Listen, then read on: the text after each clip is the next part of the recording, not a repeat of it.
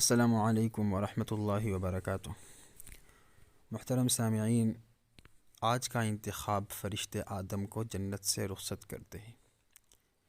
عطا ہوئی ہے تجھے روز شب کی بیتابی، خبر نہیں کہ تو خاکی ہے یا کہ سیمابی۔ سنا ہے خاک سے تیری نمود ہے لیکن تیری سرشت میں ہے کوکبی و مہتابی۔ یہ نظم بال جبریل کے منظومات سے ماخوذ ہے۔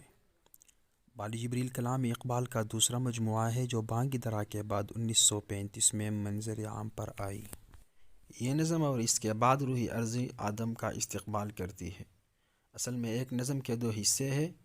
ان دو نظموں میں اقبال انسان کی حقیقت کو ایک دل نشین انداز میں بیان کرتے ہیں کہ انسان کون ہے، آیا کہاں سے ہے اور اس کی ذمہ داریاں کیا ہیں۔ پہلے نظم میں اقبال کا موضوع حبوط آدم یعنی آدم علیہ السلام کا جنت سے اترنا ہے، اور دوسرے حصے میں پھر زمین کے اندر انسان کی حیثیت کو بیان کیا ہے۔ تو ہمارا آج کا موضوع پہلا حصہ یعنی حبوط آدم ہے۔ حبوط آدم اقبال کی پسندیدہ موضوعات میں سے ایک ہے، جس میں اقبال نے ہمیشہ اس بات کو واضح کرنے پر زور دیا کہ جنت سے آدم کا اترنا زوال نہیں بلکہ در حقیقت عروج تھا۔ اور یہ اقبال ہی کا کمال ہے کہ اس کی سادہ سی بات بھی اپنے اندر وسیع مفہوم رکھتا ہے، جیسا کہ اس نظم کا عنوان رکھا فرشتے آدم کو جنت سے رخصت کرتے ہیں۔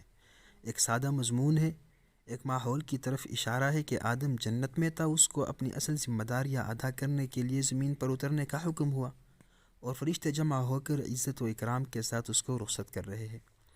رخصت کے لفظ سے اس بات کو واضح کر دیا کہ آدم کو زوال کے لیے نکالا نہیں گیا تھا بلکہ عروج کے لیے رخصت کیا گیا تھا۔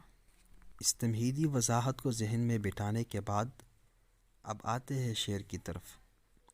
سب سے پہلے مشکل الفاظ کی وضاحت کرتے ہیں۔ بیتابی، بے چینی اور بے قراری، خاکی مٹی سے بنا ہوا، سرشت فطرت عادت خو، نمود ظہور اور پیدائش۔ سیمابی، سیماب پارے کو کہا جاتا ہے۔ سیمابی یعنی پارے کسی خصوصیات رکھنے والا، کنایتاً بے چین مضطرب۔ کوکبی و مہتابی، ستاروں اور چاند کی سی چال ڈال، ستاروں کی خصوصیات رکھنے والا۔ عطا ہوئی ہے تجھے روز شب کی بیتابی، خبر نہیں کہ تو خاکی ہے یا کہ سیمابی۔ اس پہلے شعر میں اقبال نے دنیا کے اندر انسان کی اصل حیثیت یعنی خلافت کی طرف اشارہ کیا ہے کہ فرشتوں نے آدم کو مخاطب کرتے ہوئے کہا کہ اے آدم، آپ اب تک تو جنت میں تھے جہاں حسن ہی حسن اور خیر ہی خیر تھا، لیکن اب آپ اللہ کا خلیفہ بن کر وہاں جا رہے ہیں جہاں حسن کے ساتھ بدصورتی بھی ہے اور جہاں خیر کے ساتھ شر بھی ہے۔ اس لیے آپ خیر کو شر سے اور حسن کو بدصورتی سے محفوظ رکھنے کے لیے دن رات بے قرار ہوں گے۔ تاہم تعجب کی بات یہ ہے کہ یہ بے قراری خاک کی عادت تو نہیں، خاک تو پرسکون رہتا ہے، آپ میں تو پارے کی طرح بے چینی ہے، یعنی جب پارے میں بے چینی پیدا ہوتی ہے تو وسیع ہوتی جا رہی ہے، اور آپ میں بھی یہی بیتابی نظر آ رہی ہے جس کے آگے کائنات کی وسعتیں کم ہیں۔ پھر علامہ اقبال فرماتے ہیں، سنا ہے خاک سے تیری نمود ہے لیکن تیری سرشت میں ہے کوکبی و مہتابی۔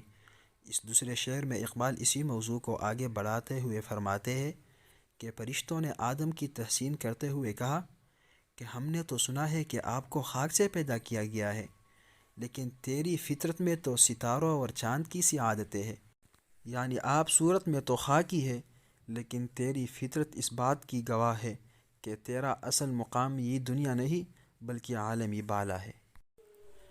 پھر سنا ہے کہ لفظ میں ایک باریک نکتہ ہے، اور یہ کہ جن فرشتوں کے سامنے آدم کی تخلیق ہوئی تھی وہ حیران تھے کہ یہ تو مٹی سے بنا ہے، تاہم کمالات اور خواہشی عروج سے خاکی معلوم نہیں ہوتا، اس لیے انہوں نے اس حیرانگی کا اظہار ان فرشتوں کے ذریعے کیا جو تخلیق آدم کو حاضر نہ تھے، اور یہ کمالی تحسین کے اظہار کے لیے کیا کہ ہم نے تو سنا کچھ اور ہے لیکن اس آدم کی فطرت کچھ اور ہے۔